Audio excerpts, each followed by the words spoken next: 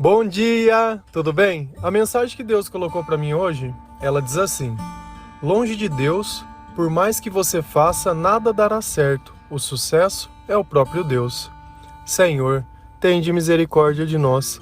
Perdoa, Pai, todos os nossos pecados. Livra-nos de todo mal. Nos afasta de tudo aquilo que afasta de Ti. Nós agradecemos, Senhor, por mais esse dia, pelo alimento, pelas vestes, pelo banho, por tudo aquilo que é básico, por tudo aquilo que é necessário. Aceita, Senhor, essa nossa oração.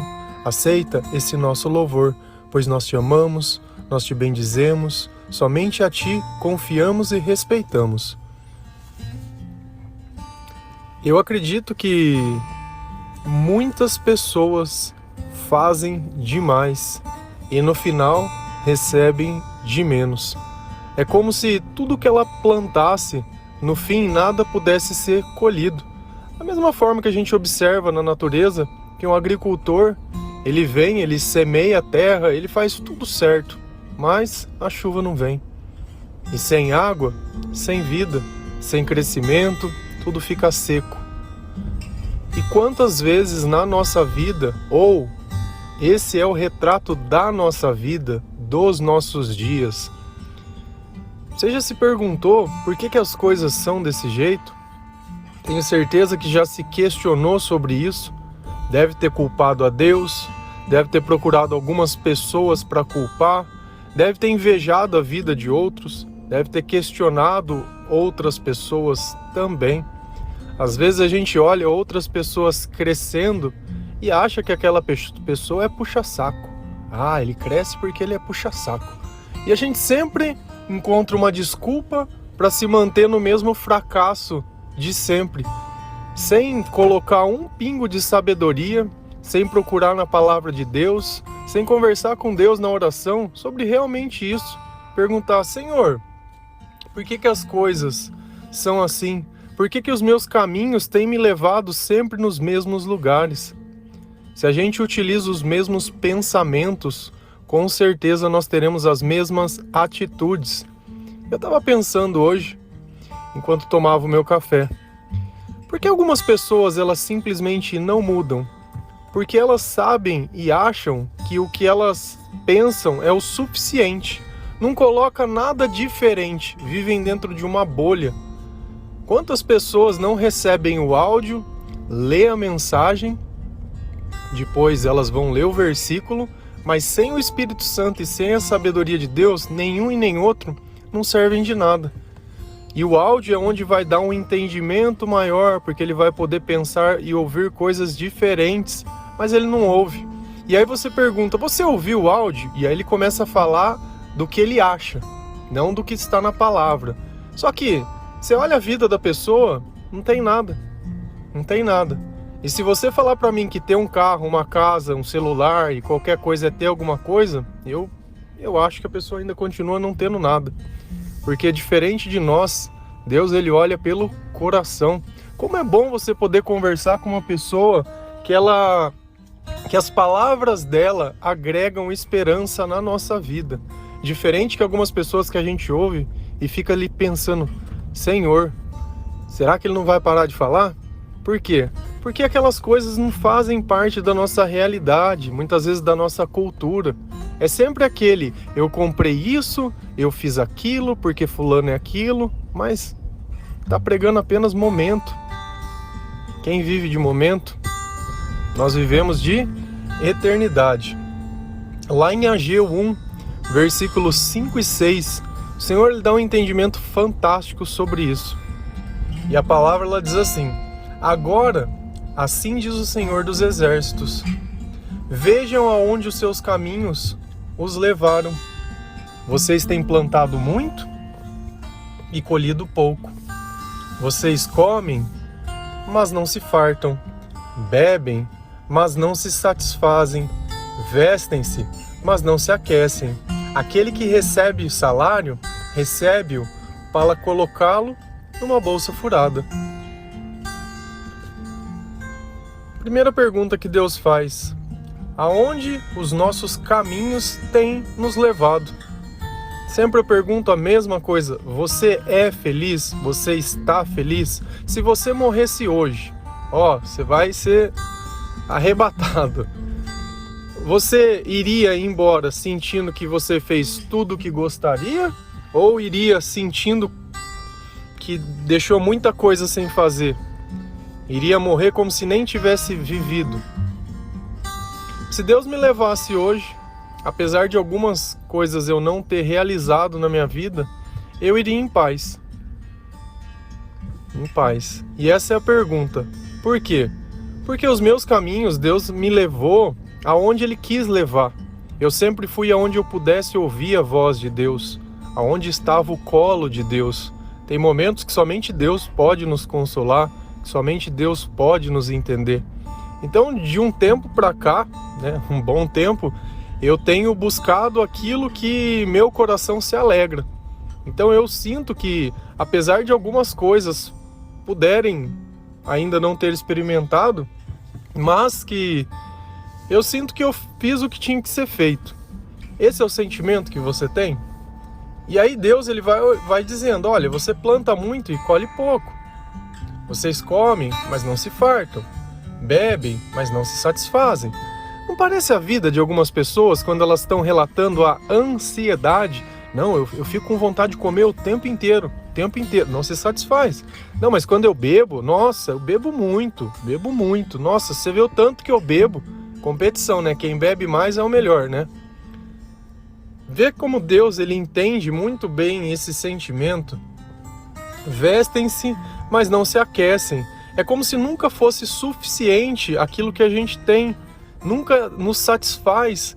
E será que não é assim? Que você olha a conta do banco, tá aquele monte de dívida, você olha no teu guarda-roupa, aquele monte de roupa, e nada. É como se você fosse sair e não tivesse uma roupa.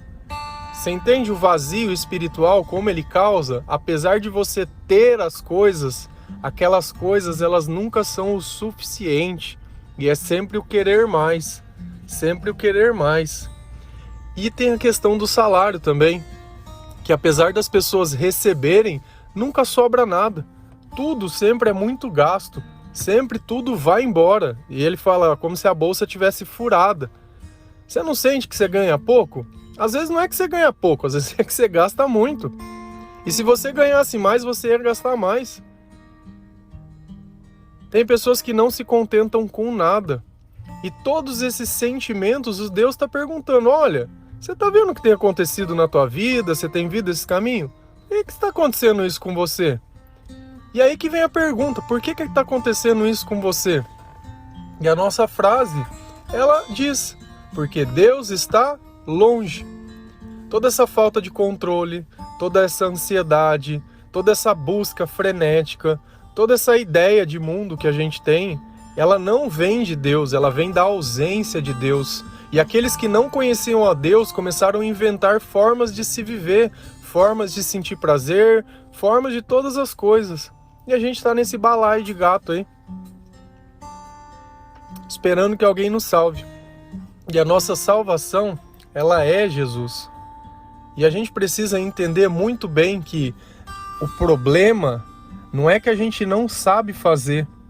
O problema é que o jeito que a gente faz não vai dar certo. Por quê? Porque Deus não está conosco. E tudo que dá sucesso tem que Deus estar junto. Lá em Eclesiásticos 10:10, a palavra ela diz assim: se o machado está cego e sua lâmina não foi afiada, é preciso golpear com mais força. Agir com sabedoria assegura o sucesso. Sempre que você ouvir a palavra sabedoria, lembra que isso é Deus. A sabedoria, ela só existe quando o Espírito Santo está perto de nós e é Ele quem conduz os nossos pensamentos. Sabedoria vem de saber. E a partir do momento que Deus está conosco, nós sabemos como fazer as coisas. Percebe que na frase, no versículo, Deus deixa muito bem claro. A pessoa ela tem um machado, mas o machado que ela tem, a lâmina dele, está cega. Então, para que ele consiga fazer alguma coisa, ele vai gastar muito mais energia. E quantas vezes a gente não fala sobre isso, sobre gastar energia? Tem coisa que a gente fica fazendo e fica gastando energia. e no fim não dá resultado nenhum. Se a gente fizesse com sabedoria, as coisas dariam certo. Então não é pela nossa força, não é pelo nosso entendimento, não é pela minha capacitação, não é por nada. Quando Deus estiver comigo, eu vou conseguir fazer as coisas com excelência e no final o resultado será sucesso. Quando Ele não estiver comigo, o resultado do meu trabalho vai ser colher pouco, eu não vou ter satisfação, eu não vou ter nada. Eu vou viver uma vida como a maioria vive, reclamando, colocando a culpa, triste, infeliz, procurando coisas novas para se distrair, enfim, e assim. E o tempo ele só vai passando. O bem mais precioso que nós temos é o tempo. Só que o tempo gasto de forma indevida, ele não volta atrás. E hoje, infelizmente, quanto tempo nós não gastamos com coisas desnecessárias, coisas que a nossa mente não vai absorver nada. Quantas vezes você não passa assistindo de repente um filme, de repente assistindo alguma coisa na televisão até muito tarde, que chega no outro ponto de você estar cansado para trabalhar e fazer as coisas, e aí no outro dia você nem lembra direito o que você assistiu, você nem lembra direito o que estava acontecendo, parece que está num ciclo, sabe? Está num automático tão grande que não percebe o tempo passar, que não percebe as oportunidades que estão à nossa porta. Eu tenho um hábito, já comentei diversas vezes com você, da 9 horas da noite eu adoro dormir. E antes eu era um cara que trabalhava à noite. Eu ia dormir todo dia às 6 da manhã. E acordava meio-dia e todo dia era esse ciclo de ficar acordado a noite inteira. Hoje eu inverti. Hoje eu acordo às 4 da manhã. Antes eu dormia às 6. Só que quando eu durmo às 9 eu durmo em paz. Não fico gastando tempo, sabe? Com coisas que eu nem vou lembrar. Muito pelo contrário, prefiro acordar mais cedo no outro dia, para que eu tenha tempo para mim poder ler a Bíblia, para preparar muitas vezes a palavra, para ter mais discernimento, para mim fazer o meu treino, sabe? Para mim entender o que Deus está querendo falar, o que tem acontecido, refletir. Enquanto todo mundo está dormindo, eu estou preparando o meu dia. Enquanto as pessoas estão sonolentas ainda, eu já sei onde está e o que eu tenho que fazer. Essa é a diferença. A vida, ela acontece de dia. Não é à noite. Não é à noite. À noite, muitas vezes, você está ali sozinho, procurando os seus próprios interesses. De dia, você tem a oportunidade de amar outras pessoas, de entregar um recado para outras pessoas. E não que isso seja uma regra. Mas faz bem. Pensar na forma que a gente vive, pensar no tempo que a gente tem gastado, pensar no dinheiro que a gente tem gastado, pensar nas nossas atitudes, observar os nossos sentimentos, observar o nosso coração. Como que está o teu machado? Ele está afiado? Como que eu afio o machado? Palavra de Deus. E todo dia eu falo sobre a palavra de Deus. É ela que vai nos capacitar. E uma coisa que nós temos que tomar muito cuidado é que existe uma doutrinação dentro da igreja. E essa doutrinação, dependendo, se você for católico, você vai reclamar sobre algumas coisas do evangelho. Se você for evangélico, você vai reclamar algumas coisas do católico. Se você for testemunho de Jeová, e fica essa briga. Uma briga de doutrinas, porque o Deus que nós servimos é um só. A diferença é que cada doutrina vai ensinar alguma coisa. E nem todas as coisas, e nenhuma delas está 100% de acordo com a Bíblia. Só que, concorda comigo que o nosso intuito de todo dia é ensinar as pessoas a lerem a palavra de Deus, ensinar que a oração é o caminho, que o louvor é o caminho, que todos os dias nós temos que buscar o Senhor. Então eu não vou ficar debatendo doutrina, nem condenando a doutrina. Não vou, porque eu sei que quando ela começar a ler a Bíblia, ela mesma vai por si só entender o que é a verdade e o que não é, porque o próprio Senhor vai revelar. Eu não sou responsável pela condenação. O meu papel é leve as pessoas a terem uma vida de comunhão com Deus. O que elas fizeram antes, pouco importa. Se elas plantaram e não colheram, pouco importa, porque daqui em diante elas vão plantar e vão colher. Elas vão comer e vão se satisfazer. Elas vão conseguir viver tudo com sucesso. E eu observo a vida de muitas pessoas, essa transição de forma fantástica. E cada vez que isso acontece, a nossa fé ela aumenta. E é por isso que todos os dias eu estou aqui,